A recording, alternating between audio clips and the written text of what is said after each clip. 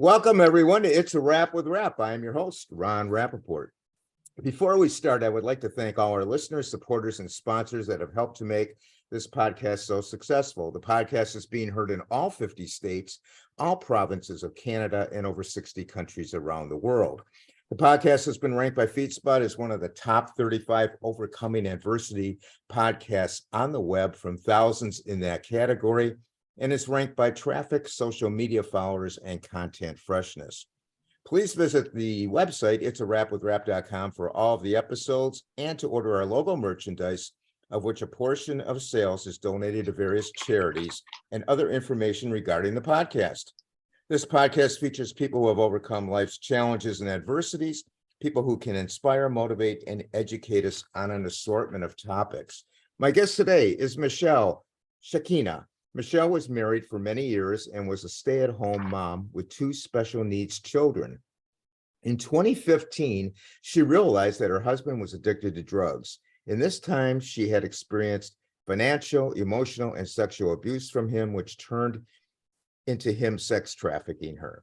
Michelle spent many nights crying on the floor until one night she saved her life and ran for the door. Since then, she has been healing herself with therapy and other techniques. She has become a strong mom for her children, in addition to being an advocate and mentor for other women and teens who have suffered any form of trauma and abuse. Her story is compelling, heartbreaking, yet full of hope and reconciliation. Welcome, Michelle, to the podcast. Thank you so much, Ron. I appreciate it. Thanks for having me. Well, thanks for coming out, telling your story, hmm being vulnerable. I am hmm so sorry to hear about what you've experienced, but I know you are here to talk about it and help others understand what some women endure, and to help women out there going through this and not knowing how to navigate it, and hmm to enlighten all of us so that we may help a family member or friend when we are made aware of those going through it. Now, Yes. Michelle, tell us about your life before any of the negative issues arose. Well, my life was pretty great. I was raised well and from a large family, a professional father in the medical field, mother who supported him. They are still married after 60 years and still together, thank God. Wow. Yeah, I have lots of siblings. I'm the youngest of them, and I was raised in a very traditional religious household, and it was something that I always wanted to have for myself going forward. That was my dream. At 22, I became a licensed healthcare professional and started working in that field. So my life was pretty set. I was very independent at that age. At some point, I worked with my father in his field, and the next step, of course, is finding someone to be with. In a lot of different cultures, that's what happens at certain ages. It's time to get her married. So that's where I was. Right. And I actually met my ex's parents before I met him. Our parents were friends. And when his mother found out that I was single, of course, she did the whole "I have a son for you." So he and I met, and this is before the internet and cell phones and all that. I'm showing my age a little bit, but we met over the phone, and then 3 days later we went out, and it was fine, and it looked like a fairy tale. And he proposed to me within 2.5 months in front of 100 people. Wow. And ladies, I will tell you, if that happens, run the other direction. I say that that's a sacred moment that should happen alone, and then the celebration afterwards is fine. But there was so much pressure that I didn't even speak for a while. And the person who was conducting the service that we were at the time, was like, well, so I, of course, said yes. Then he wanted to rush into the getting married and cinching the deal. And I said, wait a second, let's not do that. But within a year and a half, we got married and started a family, bought a house, started a business, all of that. And then it was a little normal for a while, but then my son had some issues, and the business that we had that I was working with him in, I had to step back and become a stay-at-home mother. I stepped out of my own career to do that. And it seemed very normal for quite a while. He did want to go out with other friends that didn't have children. Where I live, there's a lot of places that stay open very, very late or early, depending on how you look at that. And I was the oldest one, I was the only mother, and this is what he guided me towards. And I went along because he was my husband and I loved him and I thought that he would guide me in the right direction. So eventually that ended, and we had another child a few years later.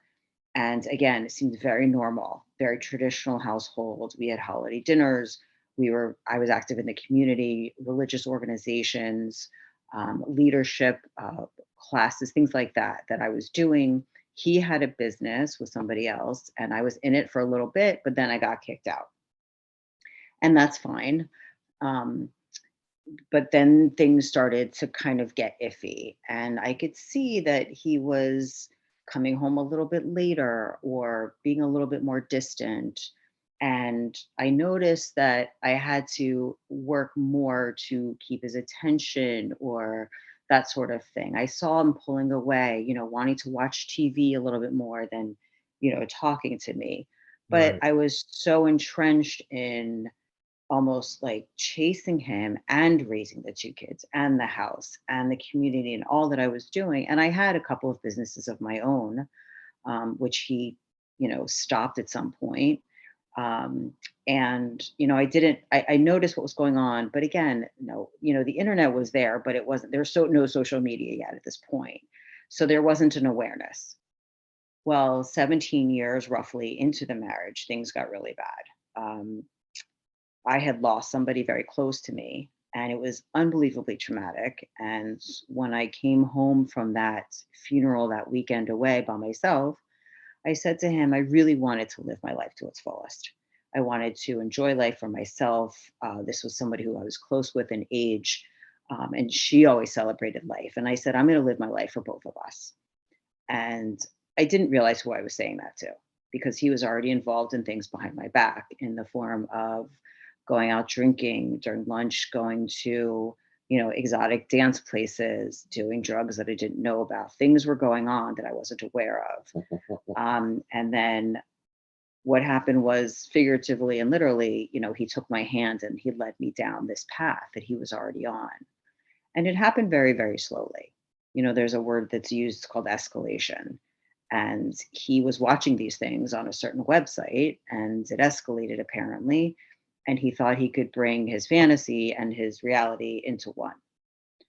So there was a double life happening there that I wasn't aware of. There really was a triple life, because there were things happening with both sides of the coin of what his preferences were, if you understand that. Yeah. Yeah, and that's fine if somebody wants to do that, absolutely. But there needs to be a discussion and an agreement and transparency, and there was none of that. Um, so what happened was, he very slowly would be like, "Let's go out to dinner. Let's go to a movie. Let's go to a bar and have drinks." Okay, and then go home. And then it was, "Let's go out to dinner.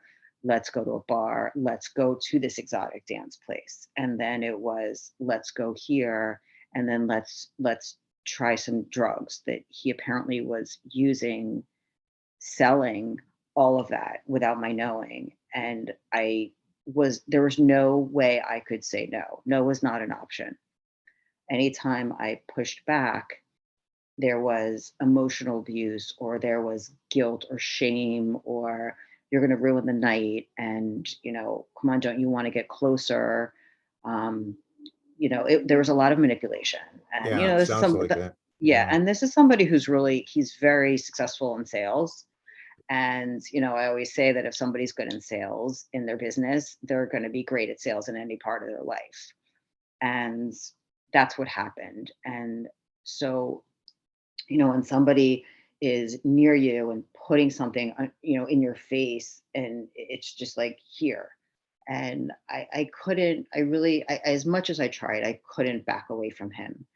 And then it was kind of like, he was so relentless, it was like, "Fine, I'll do it." And again, the guilt and the shame was enough for anyone.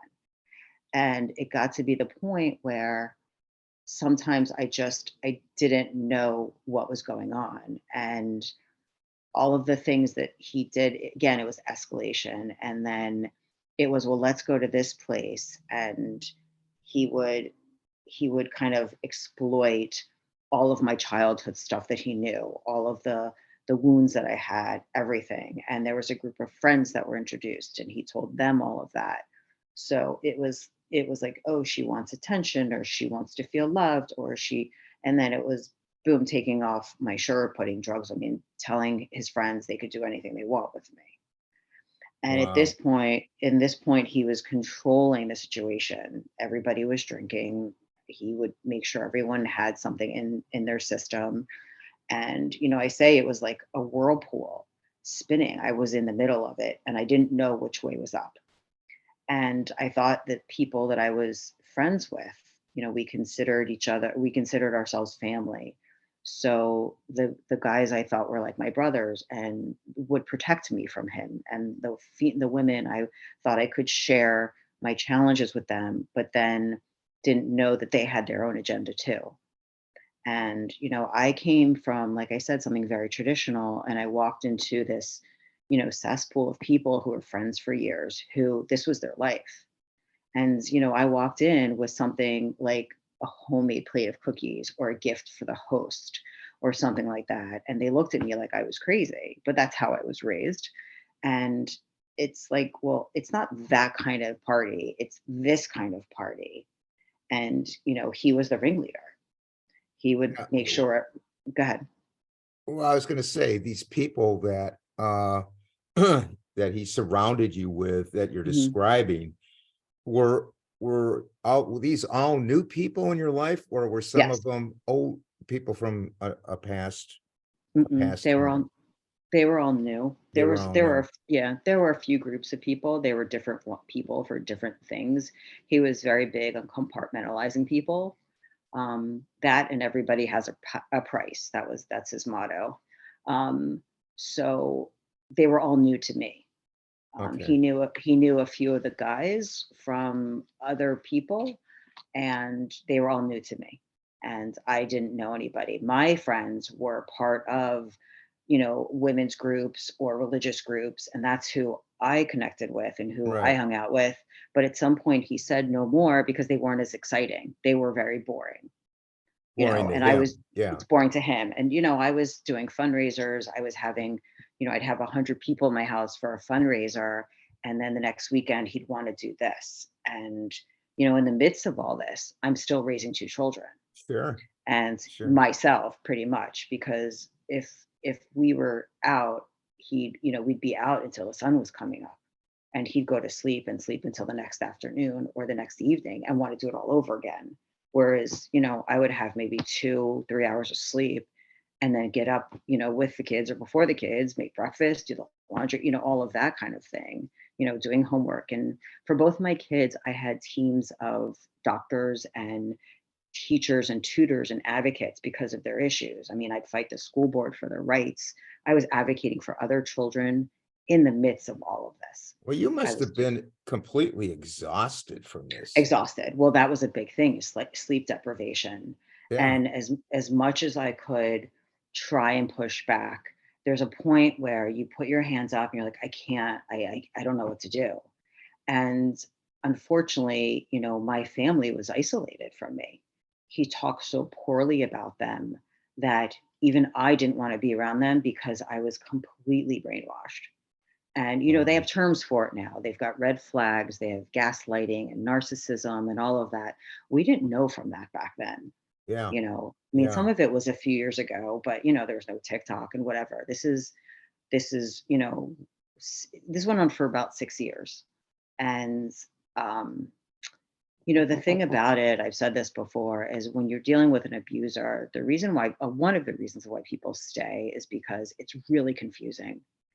Because, if you fall in love with somebody and they seem perfect, every box is checked. They look great on paper. Your families are together. His parents were at my house every weekend. I made brunch, that sort of thing. We were family, and they didn't know this side to him, of course. Um, but it's confusing because you have this idea of what somebody is and you hope and pray that they're going to become that again. Well, somebody who's really smart will do that part-time. So I say it's 4 days on, 3 days off. 4 So days, he's wonderful. he was like a chameleon. Absolutely. Oh, absolutely. In any group, any group. And, there was almost like a routine, Friday, Saturday. It actually started Thursday, Friday, Saturday, Sunday was, fun time. And maybe Friday he was good. And sometimes, in the end towards it was the opposite. He wasn't good. But, you know, Monday he'd be tired. So he was kind of nice, like, let's have dinner. And he'd go on the bed to watch TV. He's like, come on, honey, let's watch TV. So then I'd get 3 good days from him. Good days meant he came home, I had dinner on the table, and then he went in the room, and my children and I would do all the chores, and then, he'd wanna watch TV, and that was a good night because there wasn't pressure, there wasn't even abuse within our own bedroom, which was going on, um, and he was kind until he wasn't. And then when we would go out, it was ignoring me or wanting to do things or tricking me or manipulating me. So again, I was confused with all of that. And the Were you, longer the year, well, I was Mhm. going to say, were you walking on eggshells? Oh, absolutely. Oh yeah, absolutely. That book is, somebody actually gave that book to me, ironically, at the end. I was. And he was so good because he would flip the script. He would say that he was walking on eggshells. He would say that he was doing this. And Yeah. it was, and He's a, so again, he was portraying himself as the victim. correct. Oh, and still does. Yeah. And I would look in the mirror and I'd be like, is he right? Is what he's saying true? And anyone who says, am I the narcissist? Am I the one who's doing this? Am I being, the abuser? That really means that you're not. Because if you're going to question yourself and your personality and your behavior, it usually means that you're not the one doing it. There might be some stuff there, but not to the extent that somebody's going to accuse you of. How did you discover your husband was addicted to drugs? And do you know what substances he was using? Well, yeah, it was everything that he made me take. It was, how did I find out he was addicted to drugs? Well, he always said he had an addictive personality. Uh-huh. And for many years, it was food or porn or um, attention or success. It was something like that. The drugs was, um, I when I told him I really wanted to live our lives to its fullest, he brought that out. And I thought, okay, this is different. I had no experience with this. I didn't come from this. My parents never did drugs. I mean, Yeah. they were very young when they were married. My dad was very young when he was a professional. So I was really scared of it. And I didn't know how to use it. I didn't know how to do it. And it was cocaine. And where I live, it's everyone's doing it. And that was his thing. Everyone's doing it. And everyone in around us was. And I was really bad at it. And, I would get sick easily. And, I wasn't a drinker, even though he accused me and told everyone in my life that I was. Um, it was that. And then I realized he was selling it when I was looking for something in the bathroom in underneath his sink. And I found what looked like a scale, and there were like a hammer and some other things that were very odd. And, this wasn't a guy that was fixing the house. Right. So, Yeah. so when I found the scale in the bags, I was like, whoa, this is not, and again, I'm a healthcare professional. I know pharmacology.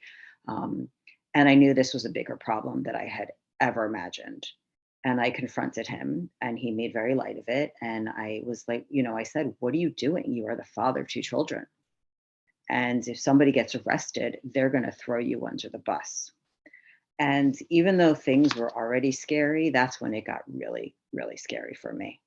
Because at that point, I knew that there were people he was quote unquote friends with that could really hurt my family, my children.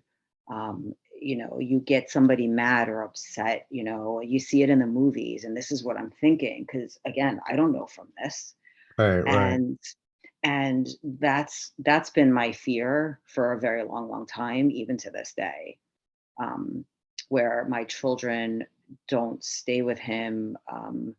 My youngest just became an official adult and has decided to stay with me full time. And I said, don't go near that place where he's at, and because it takes one mad person, one upset person to really hurt you. Anyway, so that's how I found out. And then I realized that that was the case when my girlfriends or my friends who I thought were my friends started asking me if my husband has anything to sell to them. And I had no idea there was a connection there. Or he would tell me, so and so reached out to me and wants me to drop this off, or they're going to pick this up. And I was like, what is happening? How did my life go from doing fundraisers and events at my religious, organizations and my special needs organizations for the kids? How did it go from that to this? Yeah. And to be Yeah. quite honest, I still ask myself because it was all without my knowing, and it was all, behind the scenes. And, I've seen his Venmo, and it has been going on since way back when, You were living a getting, night. You were living a nightmare. well, I didn't know that. It's like I Yeah. didn't know what I didn't know. Yeah. And, I didn't know that there were special massages happening, which he admitted to in the end. I didn't know that, he was doing that when he would go on his work, his work conferences in Vegas. I didn't know any of that was going on. I was very naive, and and I trusted him. This is somebody who I thought, we had a religious wedding ceremony, which I had later found out that he was doing drugs at our wedding and was very hungover from doing it at our wedding. Oh, wow. Um, oh yeah, I found that out after I left, and and um, and I lost my train of thought. Sorry. Well, I was thinking about my parents, and I remember telling my father that, and it's just it's so upsetting, and it's amazing to me how big this can reach a family or a community, really, something Yeah. like this. And I stayed quiet because nobody knew what was going on. Nobody had an idea.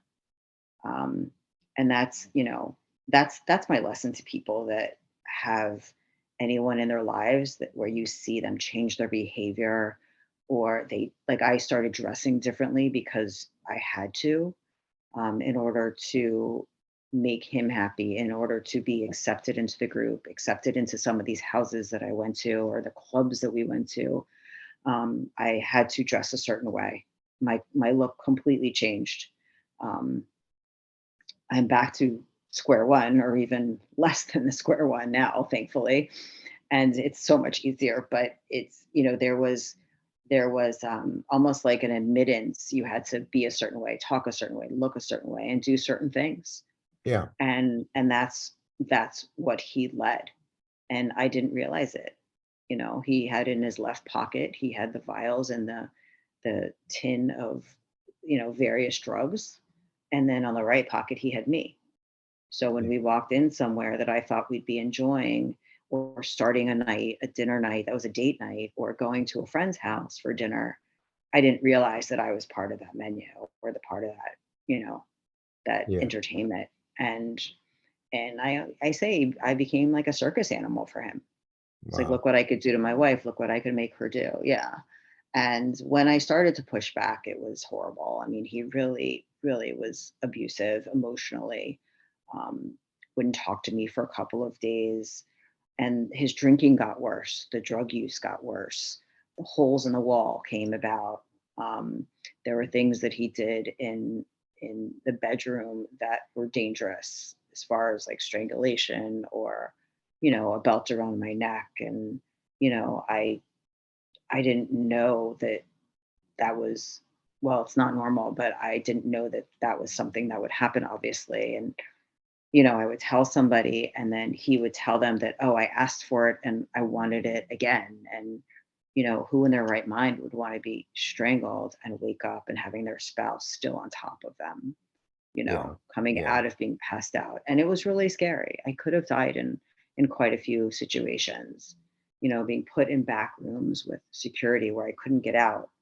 And there were men And he's like, here, and he's making sure everyone has enough drugs in them, and then taking pictures and taking videos. He would set up photos of me looking like I was doing something with somebody, but I wasn't. Or he would say, hey, go in the bathroom and take a picture. And, this was my husband asking for that. And I thought, okay, I'll give him a sexy photo. But then now it's become blackmail. So it'll come out one day, and that's fine, because I was a wife who was so devoted that when we were in a crowd or even alone, he wouldn't come near me, wouldn't talk to me. I'd sit in the corner of a restaurant or a bar, and he'd leave me by myself.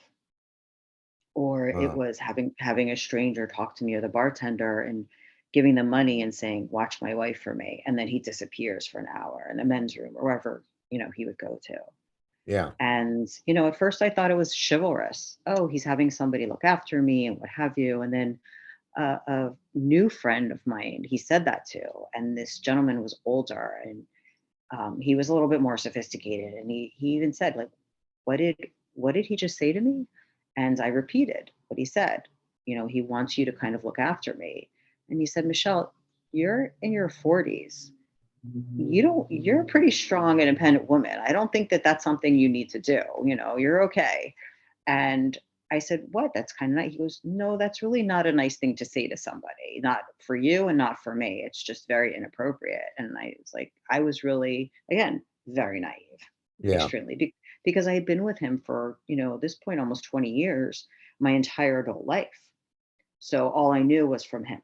And because I didn't have male friends. I didn't, that wasn't something that I wanted. When we had couple friends, he was friends with everybody. He was actually very good friends with my girlfriends, but yet I didn't let the guys come near me. They were like my brothers, like I said, Yeah. in different groups, and I kept them at bay until he allowed them to not be, which was really it was it's so sad for me now, because these are people that I really trusted. I really thought of them as family, and I was completely betrayed by what their intentions were. And forget the physical part of it, which was horrible. That alone is really heart wrenching, and that I've had to get over also. Oh, yeah. The trauma must have been intense. Yeah, yeah, and it still is, absolutely, Yeah. absolutely, yeah. Michelle, for our audience out there, Mhm. what signs should someone look for if they think a spouse is hiding, doing drugs? What should they look for? Erratic behavior, drastic changes, um, a change in appearance, a change in weight, um, a change in a hairstyle, way they dress. That's really a whole, like, what should you look for as far as changing?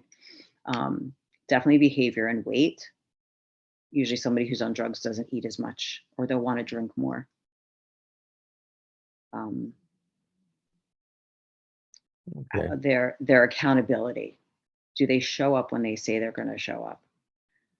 Take a look at your finances. We had a joint checking account at one point. There was $600 that came out, of an ATM or what have you, or the bank, and I, where did this go to? Right. And at first he didn't. He's like, oh, just to pay bills. Well, everything was on auto pay, and so I confronted him, and again the lashing out was there, and that was again towards the end when I knew that things were really, really bad, Yeah. You knew and they were that spiraling yeah, down. they Yeah. were spiraling down, exactly, right. So Michelle, those are the things to look for. Go ahead. Michelle, how long were you in that abusive situation? And well, you kind of answered it, but Mhm, people are probably going, well, why did she stay in that situation? mhm. If you could just repeat that again. Sure. In that situation, it was 5 to 6 years. And again, it started off very slowly, and it escalated to the extent where I really was scared for my life. Um, I should have been scared beforehand, but again, this was somebody who I devoted my life to. Right. And I thought, okay, he's going through something. He's going to change. I could save him. We had these kids. I had no income. These are all the reasons why people don't leave their spouse. The shame of it. Where do I go? What do I do? My family, I was isolated from my family. My friends, I was ashamed to tell my real friends who would have taken me in probably in a second. I was afraid to tell my religious leaders. I was afraid to tell anyone. I was afraid to even tell any of the groups about the other groups because nobody knew anybody. Um, so that's, Would you say fear of getting hurt was a major factor? oh, absolutely. Okay. And, I had since found trackers in my car. He told me he was having people follow me. There was medication going in me that I couldn't explain. He had syringes of things because he Wow. had doctor friends. He had syringes of lotions and, topical, not topical anesthesia, yeah, a topical anesthetic that somebody would use if they were getting an injection in their face. You can put that on anywhere where there's pores and you'll become numb. So Yeah. think about somebody using that. And why would someone have that? And where would they get that from? He was giving me quote unquote B12 shots, and he'd be like, oh, you'll feel better. You'll wake up. He was having me to get hormones because I was reaching that age, and he was taking his own, which made him insane. So, again, in the midst of all of this, I'm still trying to keep my life with my kids and their friends normal. So it really was a juxtaposition, both sides of the spectrum. But I was the mom who, when the kids were little, I had star charts for them, and I made menus for their food, and so I was the room mom. I was the PTA president amongst everything, and I was really, I was almost waiting for him to stop. And then I've seen old emails and texts. By chance, I found them, and even my own behavior I could see changed because everybody around me that he had me around really was off the deep end. They really were, in the sense that they were over caring and over loving, and how they were talking to me, and and just again the whole brainwashing thing. It was like from a group or more than one group. And so I was caught up in that whirlpool of what's normal. And the only thing that was normal was being in my house, raising my children, getting them to school, doing the laundry, getting their homework, doing all of that. So it's hard to leave a situation in that. And then I had no money. No, I had credit cards in my name that I found out later that he had opened, things like that. But I had nothing. I had no way to go stay at a hotel. I have pets. I didn't want to leave the pets. These are all reasons why people don't leave, believe it or not. Sure. They're trapped. Yeah. Yeah. Yeah, Yeah. exactly. Exactly. Yeah. It's just amazing how you balanced being a mother and all the things that Mm. you endured. No, It's just nothing was amazing. Yeah, well, nothing was going to stop me with that. And even still, I mean, honestly, even after I left, the emotional abuse, the financial abuse is still happening. And I made it. And he told my kids stories that most, like, I couldn't even fathom. And my daughter was 13 at the time. And he's telling her these things that are so unbelievably inappropriate and incorrect. And even she questioned him. Like, how could she be running off with this person and doing this if she was volunteering at my school all the time? You know, He was and lying. Yeah. oh, absolutely. He was trying to brainwash them. He did a little bit with my son, and I had to work on that, but he did. And my youngest, she's a tough cookie, and she just confronts him and basically said, "That's incorrect." And my other one, but again, I always showed up.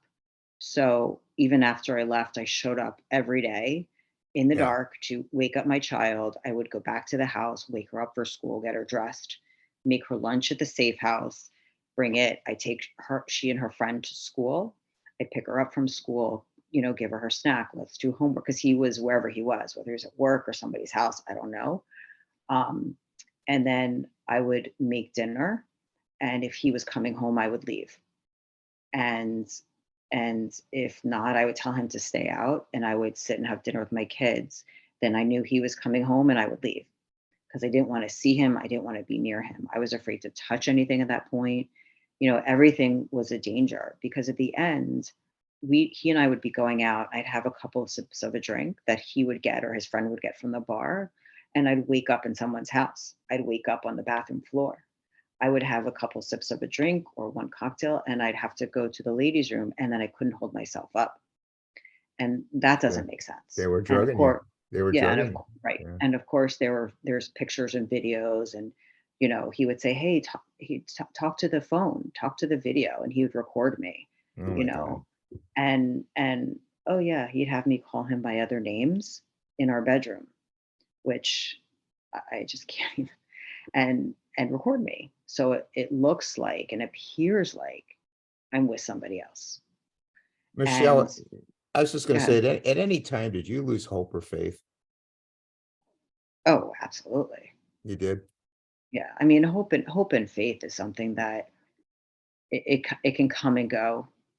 I'm very tied into my religion. Ironically, when I left, those days every day that I dropped my daughter off at school, I would leave and go to my religious institution and I'd pray every morning. And I I got a lot of really great support. And of course, I was on the board of this place for many years and volunteered and I put on events and all of that. And he had reached out and called everybody and even admitted to it and telling them that I was an addict and that I cheated on him and I had all this life. I showed up every day and prayed and I was surrounded by people. At first and I knew something was going on because the president of this organization wrapped his he's like, "You belong here. This is where you belong. You're safe here." And I was like, "Why are you acting like this?" And then I figured that he had made all those phone calls. Yeah. But doing that and going there every day and praying and being a part of that community really gave me hope and faith. And because that's my roots. I grew up going with my parents and my family and being religious and that I always draw back to a source, whether it be, God, the universe, any of that. Um, and my kids gave me hope. It was my daughter that really taught me how to use my voice again. When we were in the car and he was yelling at me and she's in the back seat and he's yelling at her. She's yelling at him to stop yelling at me. I mean, Yeah.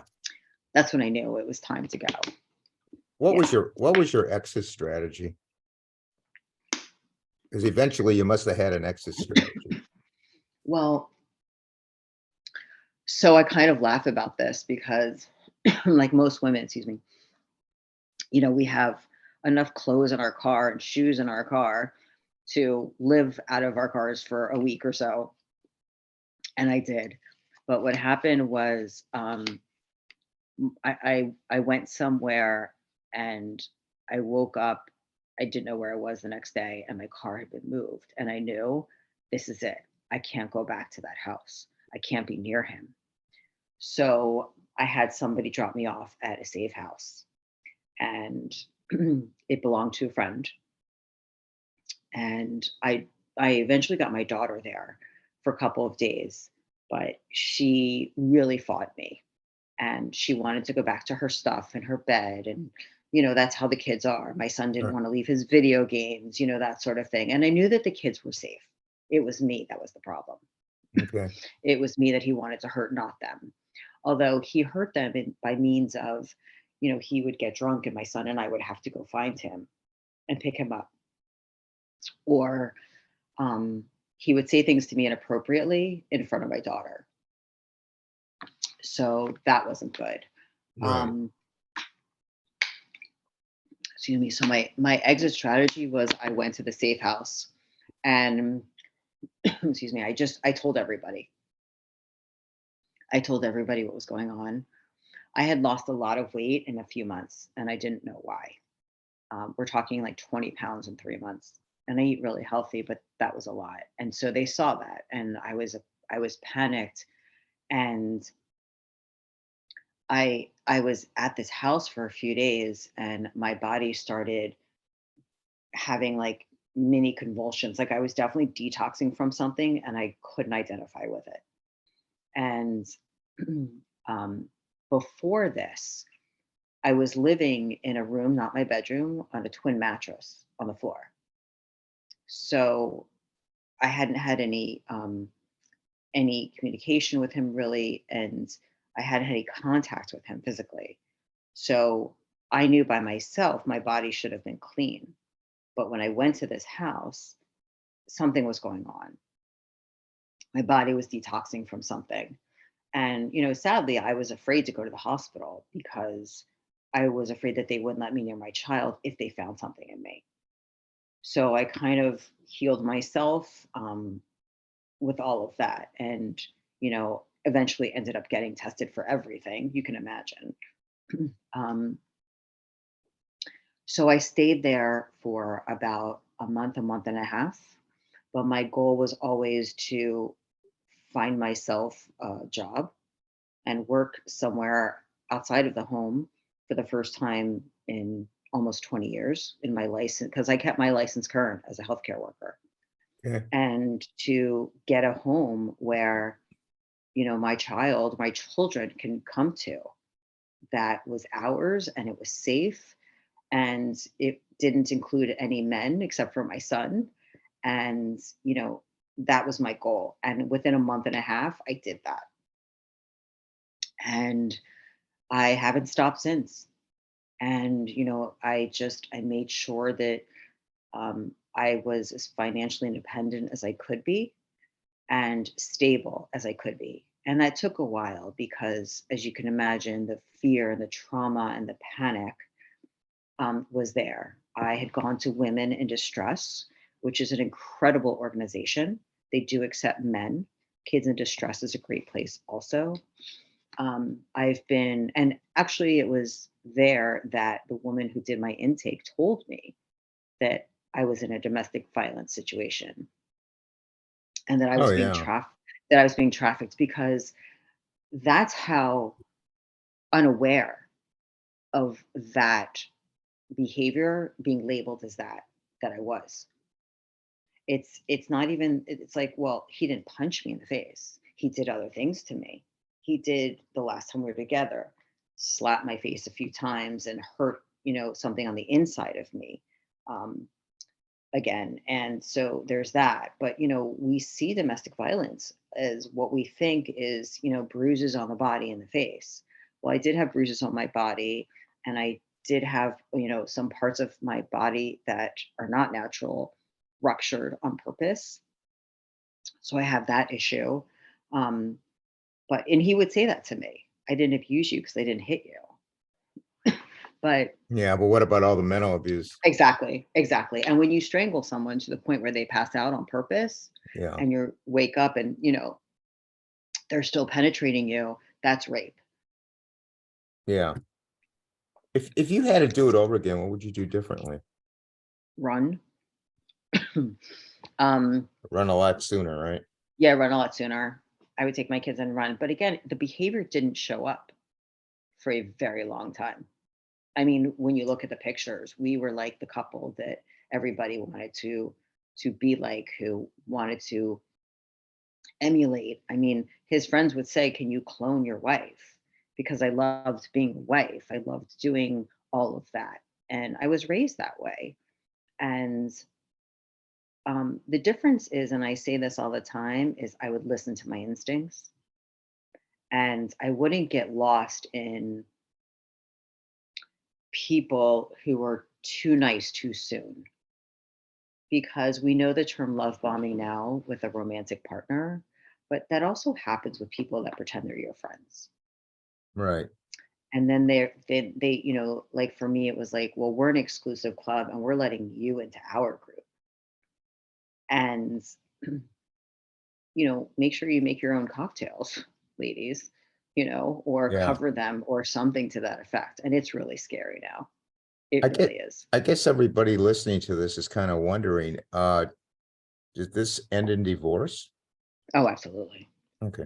Absolutely. It ended up in in a legal divorce, a secular divorce, as well as a religious one, because to me, the spiritual connection, he didn't deserve that. Because when you agree to protect someone and provide and love, and you do the opposite, you don't deserve to be in any way connected to them at all. Right. And so that meant even more to me than the other.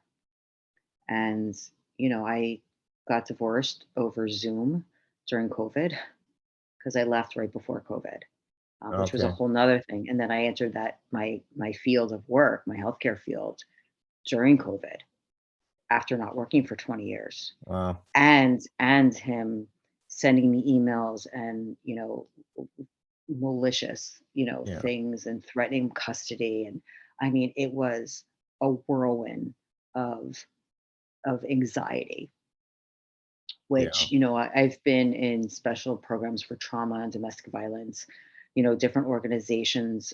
There's a lot of support out there. There's a lot of money to support people that need it. The shelters, there's food banks. I mean, I was one of those people that donated my time and money and objects and things like that, clothes to food banks, and then I was the one getting them. Yeah. Yeah. You never know. And never know. And the people, the donators on the wall are my friends or my colleagues. And, I always said, of course, that's something that's going to shift because even if I had $5 left to my name, I would give two or three to somebody else because I know at some point, even though I left with nothing, um, at this point in my life, I had skills and I had a license and I knew that no matter what, and this is my father talking to me in my head right now, that I had these skills and those will never go away. Yeah. And because I was, and I say this to a lot of stay-at-home moms, it's like they think that oh, I'm just a mom. Well, take out the word just. And all of the skills that you learn as a parent who runs a household, especially with any sort of kids or a spouse that either has issues or, another one, you're the primary caretaker, you really walk away with um, something that you can use in the real world where you could actually get a job to make money if need be. So don't think that you don't have that.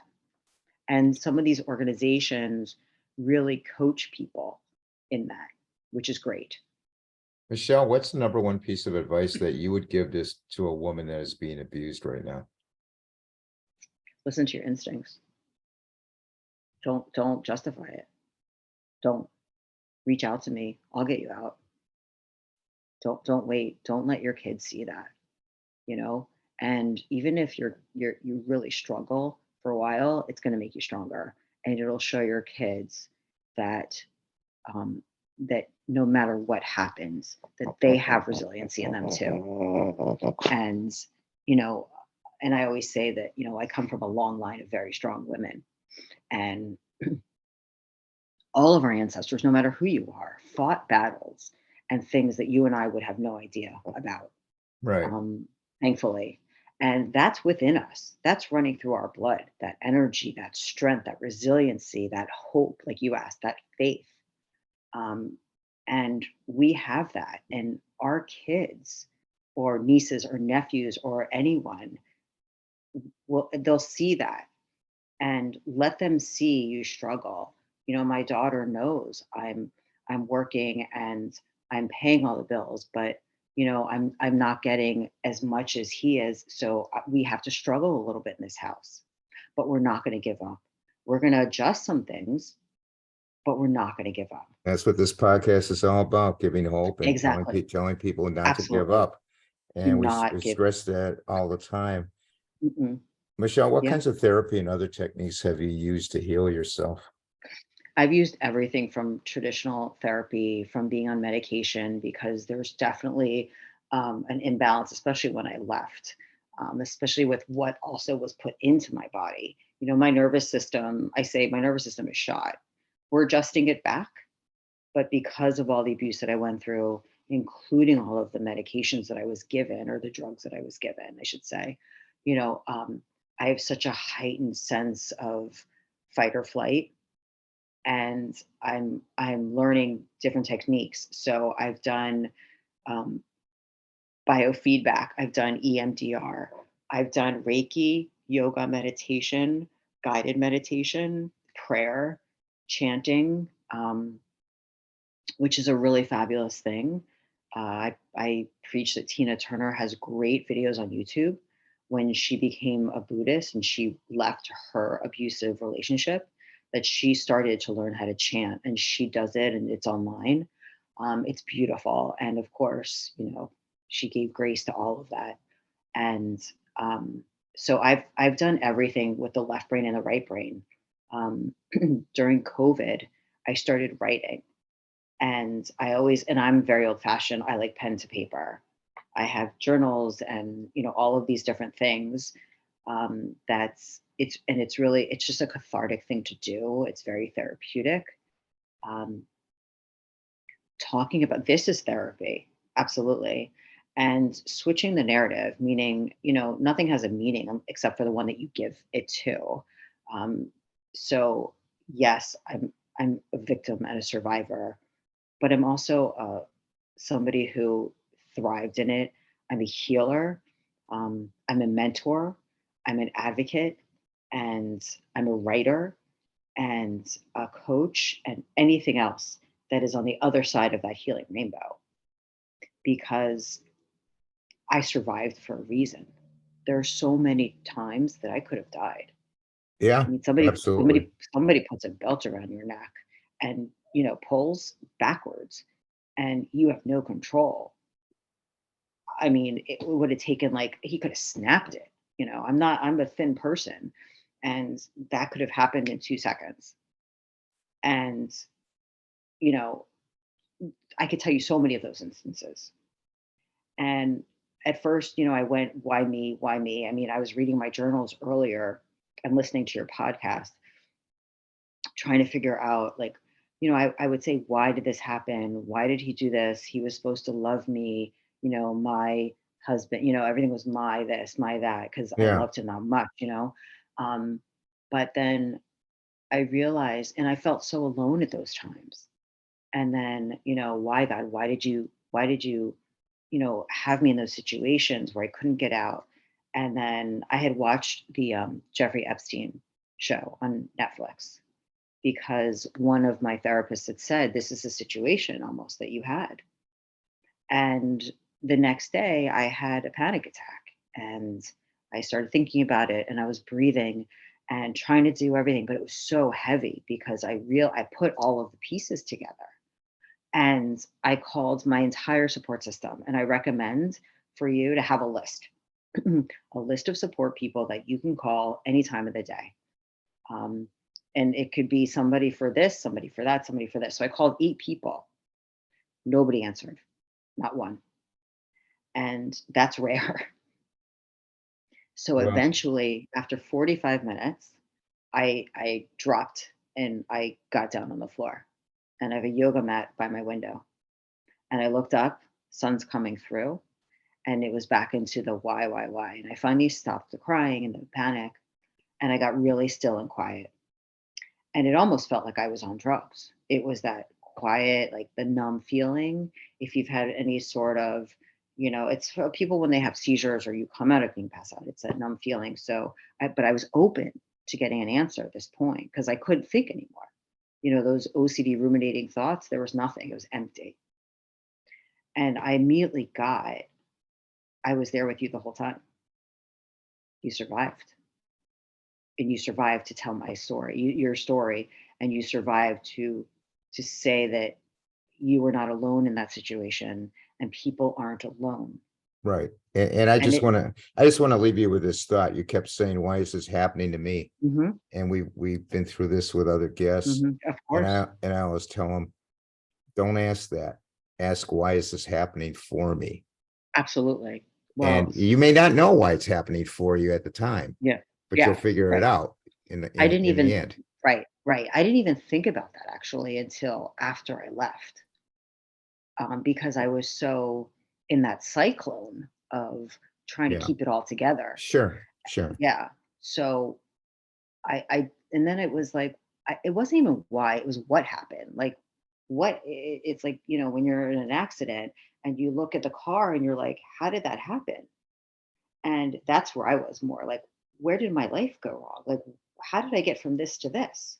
And that was the answer that I got was, you survived something and many years that most people wouldn't survive. Right. The women in my life, they've all said I wouldn't have been able to survive any of that. Not at all. If I was there one more week, I would not be here Well, talking to you. that was your purpose. You found So your my purpose. right. So my purpose is to help others that have Exactly. gone through that. And Exactly. yeah, I mean, I've always been a healer and helping people since I was a little kid, people and animals, kids, but now it's a whole different level. Yeah. And And and thank God I you're out there. Thank God you're out there to help people. absolutely thank you. I appreciate you saying that. And that's my goal. It's my mission. I can identify with the child to some extent. It's very different, but he played on all my childhood wounds, and I was really naive. And in that scenario, it's almost like you're dealing with a young person and not an adult. The That's adult in true. me, the adult in me was the mother, and in this situation, it wasn't. It was the girl that got bullied, the girl that was the ugly duckling. It was, and he would tell people that it was the girl that walked around in shame, or her parents might have not been there, and that's what, again, that's what people prey on. Those Yeah. abusers, those kidnappers, those traffickers, that's what they prey on. And it's like, here, I'll love you, I'll pay attention to you, I'll do this, you do this for me, or you take this and you're going to feel so much better. And then then it's like an attack on you. And so I can identify with that teenager. And so that's what I'm doing, and that's my goal, is to just move forward with this. And Excellent. my children want to be involved in it too. Oh, that's you even know better. That's yeah, I great. mean, because they've survived their own side of it. And I told you earlier, they've had their own issues and their own quote unquote special needs, their abilities, not their disabilities, their abilities, and they've come out the other side. Excuse me, they've come out the other side as well. And we've talked about speaking together and going through all of this as a family, because that generation, the younger generations, they Yeah. got it going on. They're more aware than you and I even know. Of course, they make fun of me all the time that I'm a dinosaur at this point, but that's okay. Yeah. So Well, hopefully they'll take their lead and help others their age, and yeah, and right, that's a good thing. and they're doing it. My Yeah. youngest is already fighting for women's rights, and rights of some of her peers she's fighting for. And the state that I live in has gotten a little crazy now, so those kids are using their voices, and she's definitely doing it. And my son is very empathetic, and I've taught him how to be empathetic to women, to his friends that are going through their bad moments. And he listens and he helps them through it, and he's kind, and he doesn't want anything from them. He's just very kind, like a listening ear. Right. And Well, I always tell Mhm. people out there listening to this, don't judge people. You don't know what they're going through. Absolutely, you just have no idea. I mean, You have nobody no knew what idea. was going. No idea. Nobody does, even still, No, in my professional life, or when I meet people. Nobody does. I mean, I sat in the movie listening to Sounds of Freedom I said in the just saw it movie. today. Phenomenal, isn't it? Well, Yeah. I can identify. I had about 3 panic attacks during the movie. Um, but I can identify with that. The little girl before and after. Yeah. I look completely different. My behavior is completely different. Um, but I sat there, and afterwards, when they show the message at the end, Yeah. I thought to myself, these people are crying. And I mean, we were all bawling, we were all talking about it. They were all talking about it. And I sat there in silence thinking, these people have no idea that that's me, that was me, that I went through that, Yeah. that I was an unwilling participant in people, men, women, coming after me, and somebody giving me up and somebody giving me away. And I had no way to get away from a situation, and they did it for their own pleasure and their own thrill of it, and I survived that. Yes, you did. And You are a survivor and you're an yeah, overcomer. You've I'm an overcome. overcomer and You an are an overachiever. I've overcomer. always been an overachiever, Right. and thankfully. And again, it's like we were talking about the podcast that I listened to recently of yours, and it was a woman with a similar story. And, we all have this strength within us. And it's all of those ancestors, those 4,000 and so people that both came before us, that created us, right? Right. Right. All of those people, we have their strength inside of us. And I'll tell you what, that's power. And and it separates and that good and that power and that strength separates us and is able to fight the evil in other people. And Absolutely. remember that. So I have pictures of all the women that came before me around my house, and in my, especially on my kitchen cabinets. So when I'm cooking holiday dinners and I'm making food for the family, I talk to them, and I'll tell you, it's really great to connect with those that came before, because they have stories and resiliency, and they fought for their lives. Yep. Courageous And people. really, and so that's who we are. We're made up of that. So there is hope and faith. And Absolutely. if things get bad, even for a moment, I look at that and I'm like, okay, I hear you talking, and it's good stuff. Michelle, how can people contact you? My website is the best way. It's from the floor to the door.com. You have Okay. to put the .com. And that's my website. There's a blog on there with pieces that I've written that are coming out in my books. Um, they can contact me, they can, and they can email me any time of the day, because I'm up at all hours. Um, if they want to talk, if they want to coach, if we want to do a program, something similar that I went through, and I cater that to every person. Of course, I individualize their treatment plan, and I have other people that I work with that have gone through different situations and have come out the other side. So, depending on your situation of what you went through and what your needs are and what you want to accomplish and what you want your life to look like, we can figure that out together too. Awesome. So, yeah, And I yeah. just want to let everybody know who's listening to the podcast, wherever you are, uh, that information will be in the podcast notes. I want to thank you so much, Michelle, for sharing your Thank story you. and giving us all the insight into this issue. It takes a lot of courage to come forward and make yourself vulnerable to help others. I know I speak for everyone listening in wishing you good fortune, good health going forward. Thank Comments you. and suggestions for the podcast, you can email me at itsarapwithrap@gmail.com. Our Facebook group is It's a Rap with Rap. We're on Twitter at Rapper, WRAPPER 130. Instagram, It's a Rap with Rap podcast. The website is itsarapwithrap.com. All the episodes are on there. There's other information, logo merchandise, and half of the sales will go to a charity. Each month we'll have a different charity. All the podcasts are on YouTube. It's a Rap with Rap, the podcast uncut. I want to thank everyone for listening. Everyone, please stay safe. And for now, it's a wrap.